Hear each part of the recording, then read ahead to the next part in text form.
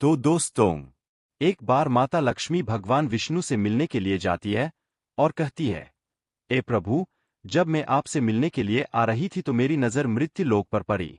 वहां मैंने 3 स्त्रियां देखी। 2 विधवा होकर दुखी जीवन जी रही थीं और एक स्त्री सुहागन होकर अपने पति के साथ सुखी जीवन जी रही थी। यह बात मेरी समझ में नहीं आई, इसलिए मेरे मन में 3 प्रश्न उठने लगे। अब मैं आपसे यह चाहती हूं कि आप मेरे तीनों प्रश्नों के उत्तर देकर मुझे संतुष्ट करें। भगवान विष्णु कहते हैं, ये हे लक्ष्मी, तुम मुझसे अपने तीनों प्रश्नों को बताओ, मैं तुम्हें उनके उत्तर देकर पूरी तरह संतुष्ट करने का प्रयास करूंगा। माता लक्ष्मी कहती है, ये मेरा पहला प्रश्न है कि कौन सी स्त्री समय से पहले विधवा हो जाती है। मेरा दूसरा प्रश्न है कि कौन सी स्त्री को जीवन में कभी सुख नहीं मिलता। और मेरा तीसरा प्रश्न है कि कौन सी चीज ऐसी है जो एक पत्नी अपने पति को मांगने से भी नहीं देती। भगवान विष्णु कहते हैं, ये तुम जिन स्त्रियों की बात कर रही हो उनमें से 2 विधवा होकर अपना दुखी जीवन जी रही है और एक स्त्री सुहागन होकर अपने पति के साथ सुखी जीवन जी रही है। इसके बाद माता लक्ष्मी कहती है, ये तुम जानना चाहती हो आखिरकार ऐसा क्यों है। तो मैं तुम्हें एक छोटी सी कहानी सुनाता हूं। इस कहानी को बहुत ही ध्यान से और मन लगाकर सुनना। और आधी अधूरी कहानी सुनने वालों को आधा अधूरा ही ज्ञान प्राप्त होता है, जो जीवन में कभी काम नहीं आता, क्योंकि तुम्हारे तीनों प्रश्नों के उत्तर इसी छोटी सी कहानी में समाये हुए हैं। यदि तुमने ध्यान से सुना तो तुम्हारी तीनों प्रश्नों के उत्तर तो अवश्य मिलेंगे और तुम्हें संतुष्टि प्राप्त होगी। मित्रों, माता लक्ष्मी कहती, ऐ प्रभु, आपकी बात से सहमत हूं, आप कहानी शुरू करो। मैं कहानी को पूरी मन से सुनूंगी और जब तक आप कहानी बोलेंगे तब तक मेरा मन किसी दूसरे स्थान पर नहीं जाएगा। भगवान विष्णु कहते हैं, हे लक्ष्मी, सबसे पहले मैं तुम्हें उस स्त्री की कहानी सुनाता हूं जो सुहागन बनकर के सुखी जीवन जी रही है। जिस सुहागन स्त्री की तुम बात कर रही हो वह स्त्री एक राजा के नौकर की पत्नी है, और जिस नौकर की वह पत्नी है उस नौकर को अपनी पत्नी पर पूर्ण विश्वास और भरोसा है कि वह पतिव्रता है, जिसकी महिमा वह अपने साथियों में बार बार करता है। अब देखो, एक दिन की बात है, उस राजा के नौकर ने अपनी पत्नी की प्रशंसा इतनी की यह बात धीरे धीरे फैलते हुए राजा के दरबार तक पहुंच गई। फिर राजा ने अपने नौकर को बुलाया और कहा, ये तुम हर किसी से कहते हो कि तुम्हारी पत्नी पतिव्रता है, क्या वास्तव में तुम्हारी पत्नी पतिव्रता है? क्या तुम्हें पूर्ण विश्वास है? ये नौकर ने कहा, ये महाराज, मुझे पूरा विश्वास है कि मेरी पत्नी पतिव्रता है। इसके बाद राजा के महामंत्री ने कहा, अगर मैं तेरी पत्नी का पतिव्रत धर्म खंडित कर दूं तो तुझे क्या सजा मिलनी चाहिए? ये नौकर ने उत्तर दिया, अगर तुम मेरी पत्नी का पतिव्रत धर्म खंडित कर देते हो तो मुझे फांसी लगा देना। इसके बाद राजा का नौकर भी मंत्री से पूछताछ की, अगर महाराज मेरी पत्नी का पतिव्रत धर्म खंडित नहीं कर पाए तो उनको कौन सी सजा मिलनी चाहिए? ये राजा ने कहा, अगर मंत्री मेरी इसी शर्त को पूरा नहीं कर पाए तो उन्हें भी फांसी की सजा दी जाएगी। फिर भगवान विष्णु कहते हैं, ये लक्ष्मी, मंत्री ने इस शर्त को स्वीकार कर लिया। अब नौकर से पूछो कि उसे कौन सी वस्तु लानी चाहिए जिससे उसकी पत्नी का पतिव्रत धर्म खंडित कर दूं, तो तुझे क्या सजा मिलनी चाहिए? फिर तो नौकर ने कहा, यदि तुम मेरी पत्नी का पतिव्रत धर्म खंडित कर देते हो तो महाराज मुझे फांसी लगा देना। अब उधर वह राजा का नौकर भी मंत्री से कहता है, यदि महाराज यह मेरी पत्नी का पत्नी व्रत धर्म खंडित नहीं कर पाए तो उनको सजा क्या मिलनी चाहिए? ये तो राजा ने कहा कि मंत्री को भी फांसी की सजा दी जाएगी। फिर भगवान विष्णु कहते हैं, लक्ष्मी, ये मंत्री ने स्वीकार कर लिया। अब नौकर से पूछो कि कौन सी वस्तु लाऊं जिसे तू माने कि मैं तेरी पत्नी का धर्म खंडित करने में सफल हुआ हूं। ये तब नौकर ने कहा, ये मंत्री, अगर तुम मेरे घर से जाकर मेरे विवाह के समय पर मुझे एक पटका और एक कतार दिखा दो तो मैं मान जाऊंगा कि तुमने मेरी पत्नी का धर्म पूरी तरह नष्ट कर दिया है। ये शर्त स्वीकार हो जाने के बाद मंत्री शहर में जाता है और एक दूती से मिलता है। वह दूती हमेशा एक दूसरे से भिड़ने का काम करती थी और जो काम कोई नहीं कर पाता, उस काम को करने में वह सक्षम थी। फिर उस मंत्री ने उस दूती को अपने स्वार्थ के लिए बुलाया और द्वितीय से कहा, ए देखो, इस नाम का एक व्यक्ति है जिससे मेरी शर्त लगी है। ये फिर उसने उसे शर्त के बारे में सब कुछ बता दिया और दूती से कहा, ये तू कैसे भी करके उस स्त्री से मेरा संपर्क करवा दे और जितना धन चाहिए मैं उतना ही धन दूंगा। ये ऐसा कहकर उस मंत्री ने दूती से कहा, ये भाई, तू उस औरत के बारे में बात मत कर।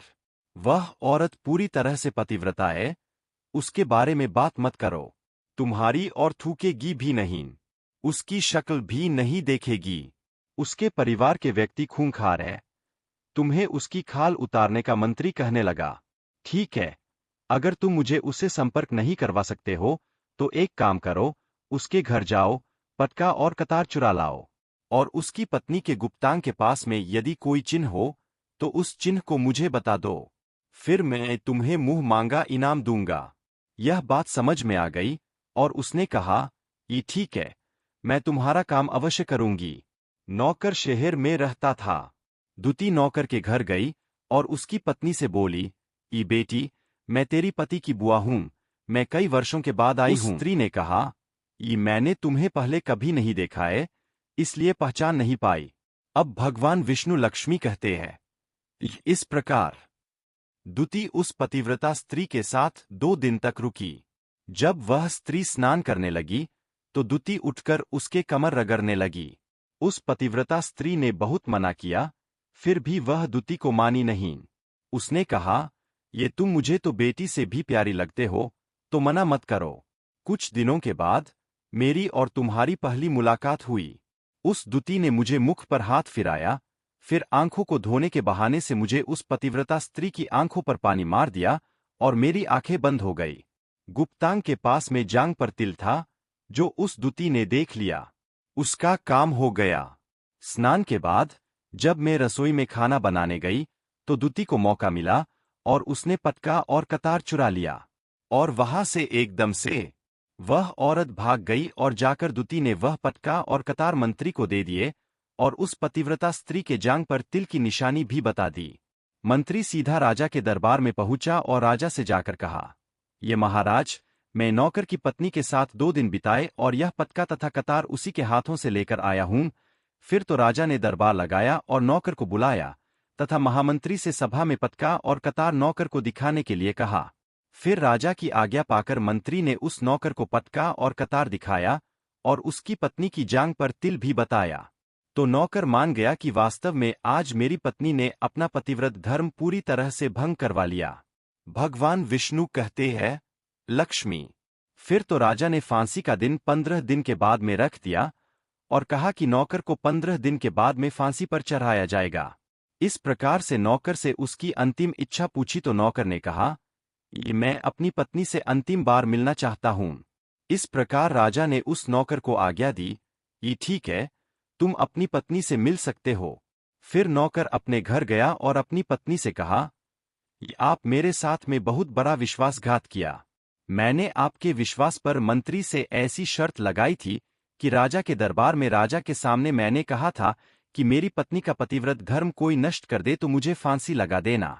अब मुझे 15 दिन के बाद में फांसी लगा दी जाएगी। मेरे साथ विश्वासघात करके तुमने ठीक नहीं किया। उसे पतिव्रता स्त्री ने अपने पति को सारी बात बताई, मगर उस विश्वास नहीं हुआ। फिर नौकर राजा के दरबार में पहुंचा तो राजा फिर उसे कैद में डालवा दिया गया। अब उधर नौकर की पतिव्रता धर्म पत्नी ने परमात्मा को याद किया और अपना भेष बदलकर राजा के दरबार में गई और राजा से नाच दिखाने की आज्ञा मांगी, क्योंकि वह स्त्री बहुत ही सुंदर थी। और उधर आजा शौकीन होते हैं, इसलिए राजा ने आज्ञा दे दी कि सभी मंत्री आदि उपस्थित होकर उस सुंदरी का नाच करवाने की पूरी व्यवस्था करी। भगवान विष्णु कहते हैं, लक्ष्मी। फिर तो सब मंत्री, महामंत्री, राजा आदि दरबार में उपस्थित हुए और फिर उस नौकर की पतिव्रता धर्म स्त्री ने जब नाचना शुरू किया तो राजा को उस स्त्री का नाच बहुत ही सुंदर लगा। और फिर राजा ने कहा, ये तुम मुझसे क्या मांगना चाहती हो? तुम जो भी मांगोगी मैं तुम्हें वही दूंगा। ये फिर उस नौकर की पतिव्रता स्त्री ने कहा, ये महाराज, आपकी सभा में मेरा चोर है जिसने मेरे रुपए लिए थे मगर आज तक वापस नहीं दिए, उसे फांसी की सजा दे दीजिए। ये तो राजा ने कहा, ये ठीक है, बताओ मेरे दरबार में तुम्हारा चोर कौन है, उसका नाम क्या है? मैं उसको फांसी की सजा अवश्य दूंगा, ये भगवान विष्णु कहते हैं। लक्ष्मी। फिर उस नौकर की पतिव्रता स्त्री ने कहा, ये महाराज, आपका मंत्री मेरा चोर है, आप इनको फांसी की सजा अवश्य दें। अब उधर जैसे ही मंत्री ने सुना कि यह सुंदरी मुझे अपना चोर बता रही है तो मंत्री कहने लगा, ये महाराज, मैं कसम खाकर कहता हूं कि मैं इसका कभी कुछ नहीं चुराया हूं, मैंने इसे आज तक कभी देखा ही नहीं है, तो मैं चोरी कैसे कर सकता हूं? मैं आज तक इसकी शक्ल ही नहीं देखी है, ये भगवान विष्णु कहते हैं। लक्ष्मी। ये जैसे ही मंत्री ने कहा कि मैं सुंदरी की आज तक शक्ल ही नहीं देखी है तो वह सुंदरी कहने लगी, ये महाराज, यह मंत्री मुझे जानता नहीं है, तो आप इससे यह पूछो, यह पटका और कतार कहाँ से लाया था? मैं उस नौकर की पत्नी हूं जो आपके यहाँ पर नौकरी करता है और आप मेरे निर्दोष पति को फांसी छड़ने वाले हैं। अब मैं आपको पूरी दस्त सुनाती हूं।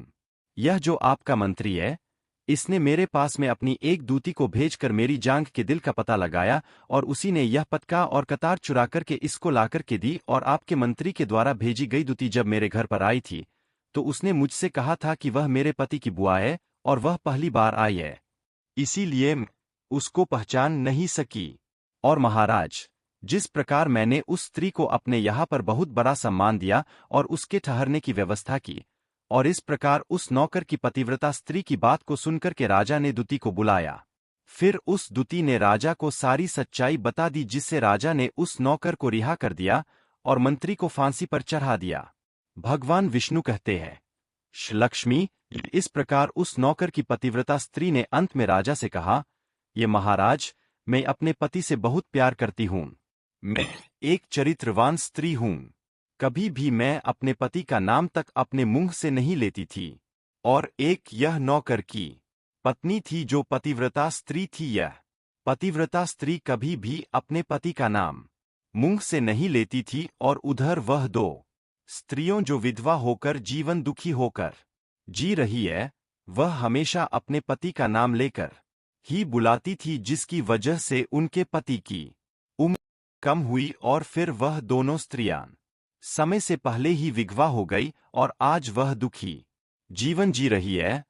इसलिए कभी भी स्त्रियों को अपने पति का नाम अपने मुंह से नहीं लेना चाहिए। अब तुम्हारा दूसरा प्रश्न था, कौन सी स्त्री को जीवन में कभी सुख नहीं मिलता है? तो समझ लो, जो स्त्रियां अपने पति के बिना अनुमति के किसी तीर्थ स्थान या उत्सव में जाती है, उनके जीवन में कभी सुख नहीं आता। ऐसी स्त्रियां जीवन पर दुखी रहती है और उन्हें पति का कभी प्रेम नहीं मिलता। भगवान विष्णु कहते हैं। लक्ष्मी। तुम्हारा तीसरा प्रश्न था कि ऐसी कौन सी चीज है जो एक पत्नी अपने पति को मांगने से भी नहीं देती? तो समझ लो, वह चीज गाली है। एक चरित्रवान स्त्री कभी अपने पति को गाली नहीं दे सकती, और जो स्त्री गाली देती है वह स्त्री कभी चरित्रवान नहीं होती, और ऐसी स्त्री जीवन भर रोती है, उसके जीवन में कभी सुखी नहीं आती और समय से पहले ही ऐसी स्त्री विधवा हो जाती है। मित्रों, इस प्रकार कहानी सुनने के बाद में माता लक्ष्मी पूरी तरह से अपने तीनों प्रश्नों से संतुष्ट होकर कहती है, प्रभु, वास्तव में जो स्त्री चरित्रवान होती है वह कभी दुखी जीवन नहीं जीती है, क्योंकि ऐसे घर में लक्ष्मी का सदा वास होता है और वह घर धन धान्य से हमेशा भरपूर बना रहता है।